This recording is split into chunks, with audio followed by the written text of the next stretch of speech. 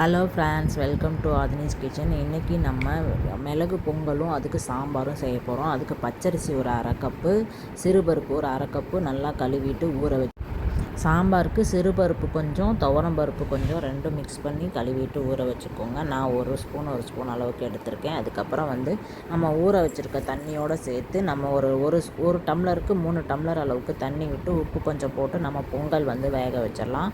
ஒரு 5-6 விசில் வச்சிங்கன்னா வெந்துடும். சாம்பார் ஒரு சைடு பண்ணிடலாம். அதுக்கு குக்கர் வச்சுட்டு நான் எண்ணெய் விட்டுட்டு கடுகு கொஞ்சம், உளுந்தம்பருப்பு, ஜீரகம் கொஞ்சமாக போட்டுக்கோங்க. இதெல்லாம் நல்லா பொரிஞ்சு வந்ததுக்கப்புறம் நம்ம ஆனியன் சின்ன வெங்காயம் தான் நான் யூஸ் பண்ணியிருக்கேன். ஒரு கைப்பிடி அளவுக்கு போட்டுக்கோங்க.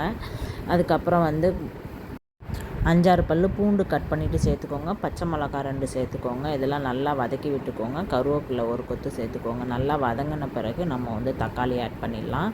தக்காளி ஒரு தக்காளி எடுத்திருக்கேன். இதுவும் நல்லா வதங்கின பிறகு வெஜிடபிள்ஸ்லாம் உங்களோட சாய்ஸ் தான். நான் கேரட், பீன்ஸு, முருங்கைக்காய், கத்திரிக்காய் எல்லா காயும் ஆட் பண்ணியிருக்கேன்.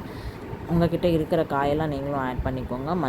மசாலா ஆட் பண்ணிடலாம். நல்லா வதக்கி விட்டுட்டு மஞ்சத்தூள், குழம்பு மிளகாத்தூள், மல்லித்தூள் கொஞ்சம், அதுக்கப்புறம் பெருங்காயத்தூள் கொஞ்சம், உப்பு டேஸ்ட்டுக்கு உப்பு சேர்த்துக்கோங்க. இது எல்லாத்தையும் நல்லா வதக்கி விட்டுருங்க. நல்லா வதங்கின பிறகு நம்ம ஊற வச்சுருக்க பருப்பு எடுத்து ஊற்றிடலாம். எல்லாத்தையுமே நல்லா மிக்ஸ் பண்ணி விடுங்க. மசாலா எல்லாம் காய் எல்லாம் நல்லா மிக்ஸ் ஆகட்டும். அதுக்கப்புறம் நல்லா முழுகிற அளவுக்கு தண்ணி ஊற்றிக்கோங்க. ஒரு விசில் வச்சு க்ளோஸ் பண்ணிடுங்க. 5-6 விசில் வச்சிங்கன்னா போதும், நல்லா வெந்து வந்துடும்.